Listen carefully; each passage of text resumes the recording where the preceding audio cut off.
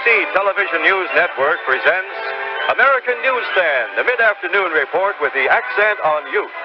Brought to you by Milton Bradley, producer of exciting age-identified family games. In 1934, the area to be known as Camp Pioneer at the base of Mount Jefferson was leased to the National Forest. The Scouts from the Salem area used this as their summer camp. The 1940s through the 60s would be hit by war as World War II raged on. Though Scouting grew, including some of the most substantial land donations in our council's history.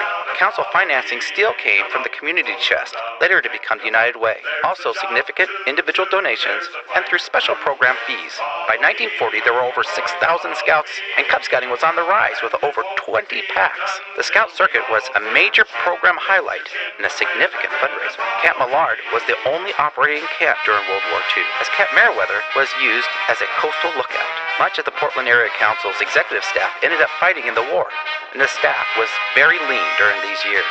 With the war's end, the executive staff was rebuilt, including Guy Miller returning from wartime service to scouting service as the assistant council executive to OB.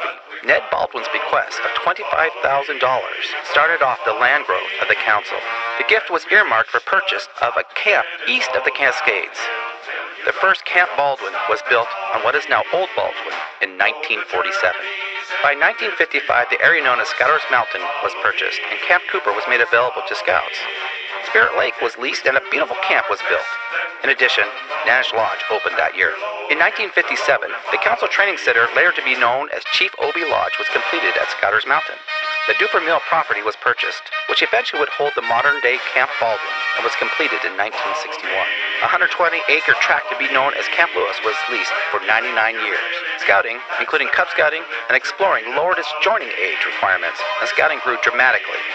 By 1950, Portland Area Council was the 5th largest in the country and sent the largest contingents of 500 to the National Jamboree in Valley Forge in 1950 and 650 Scouts in 1953 at Irving Ranch, California.